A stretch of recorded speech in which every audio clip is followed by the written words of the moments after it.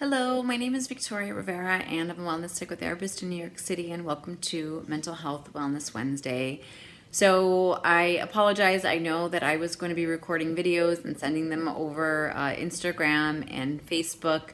Unfortunately, because of the fast shift in the current events and circumstances, particularly in New York, but all over the world, I really had to sit with myself and take care of myself by engaging in many more self-care practices to take care of myself, to be able to make sure that my family was okay, friends, loved ones, colleagues, patients, my supervisees. So I did get a chance to actually do the recording.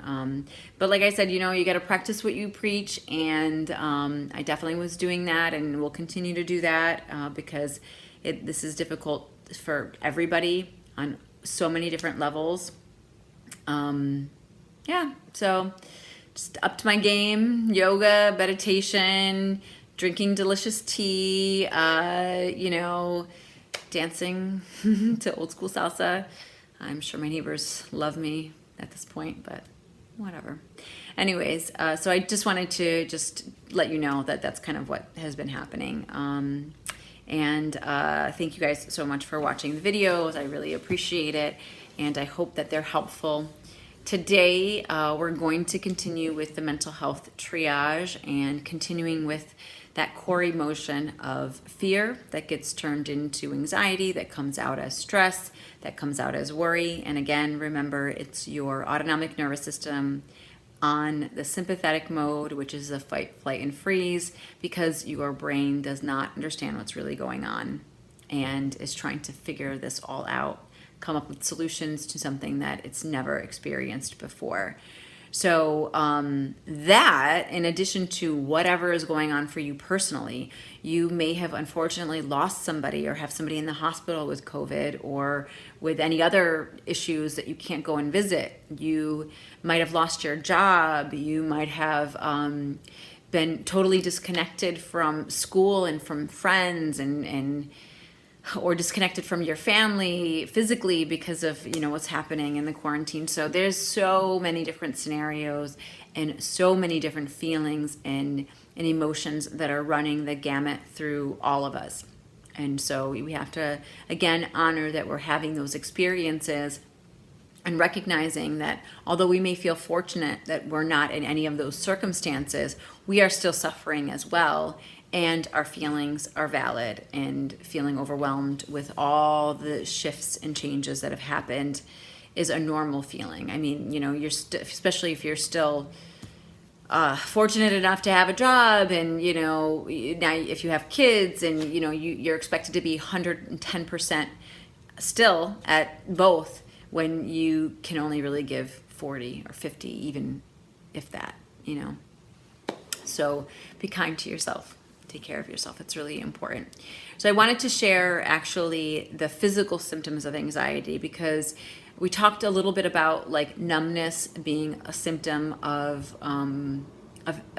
anxiety and fear and stress, and to kind of just go along with that theme. We also, if we can be numb to the actual cognitive feelings that are happening, or the cognitive ways of expressing anxiety and fear, which would be the worry, the stress, the thinking, oh, what if this, what if that, oh my God, what am I gonna do here, what am I gonna do that? You might not be experiencing that.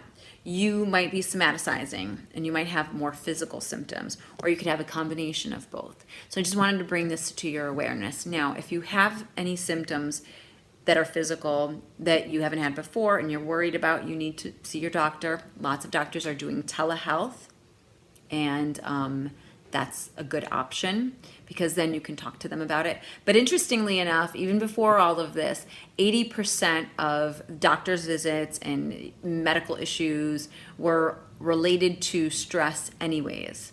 Stress, again, go back to the core feeling: anxiety, fear. So see your doctor first to rule out any organic issues, but more likely than not, it might be stress. But again, check with your doctor. So just to start with some of the physical symptoms that you might have of anxiety, we'll start with our head. You might feel dizzy. You might feel lightheaded. You might have headaches. You might have like these weird burning sensations around your ear and on the top of your head, which could feel very concerning. You can have symptoms with your eyes. You can have an eye twitch, which is very popular. Lots of people have that at times and don't even really know that they're under stress. You can have cloudy vision or tunnel vision. You can have a lump in your throat. You can feel muscle tension and tenseness, particularly in your back, your low back, your upper back, your shoulders, your neck. You can feel chest tightness and like a shortness of breath and heart palpitations. And again, the shortness of breath, heart palpitations, some of those symptoms are scary and you should get those checked out, especially if you haven't had them before. And I know with COVID, shortness of breath is one of the symptoms. So, if you're having that, again, go see your doctor. But it could be related to anxiety and stress.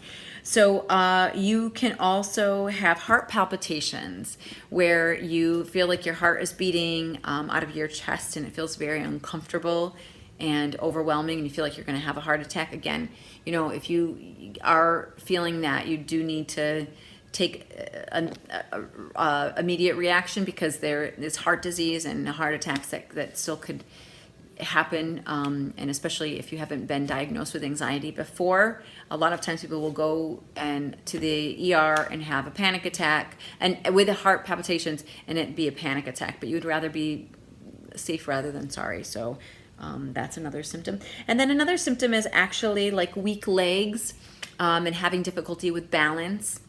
You can feel that, when you're feeling anxious and overwhelmed with things.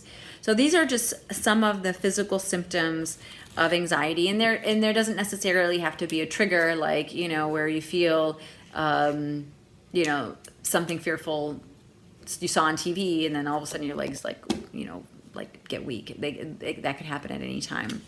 That in addition to all the other things that we were talking about of having insomnia, difficulty with falling asleep, feeling tired and wired, which is crazy because that in addition to, it's springtime and the days are getting longer where we're having daylight, and that can trigger some changes in your mood and your circadian rhythm. And,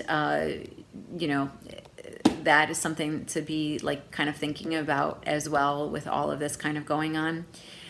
So we'll kind of talk a little bit more about some of the physical symptoms of some of the other feelings like anger and like sadness and grief, which I just wanted to touch upon a little bit.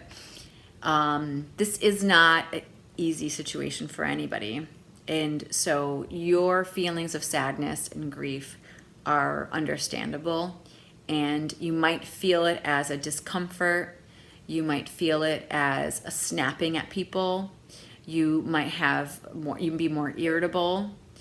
You might feel like you're sleeping more or not sleeping enough, that you need to take more naps, that you feel fatigued, that you feel extremely tired and overwhelmed. Those are all also symptoms of grief and sadness. And really, depression is unresolved grief. Depression is sadness. And you don't want to go out and say, oh, I'm feeling depression, I have depression because of everything that's going on. You are experiencing a normal emotion with something that's abnormal and difficult. And there's so many losses that we've experienced over the last week, very quick, of friendships, of social intimacy and gatherings, of work, there's just freedom in some ways of being able to go out whenever you want and being able to even be close to people. You have to be a certain feet away, and that's can be difficult to manage and to be cognizant of, and also feel very sad, because it's part of being a human and connecting. Anyways, I hope that's helpful. If you need any help, please feel free to direct message me. Thank you so much, and I will see you next week.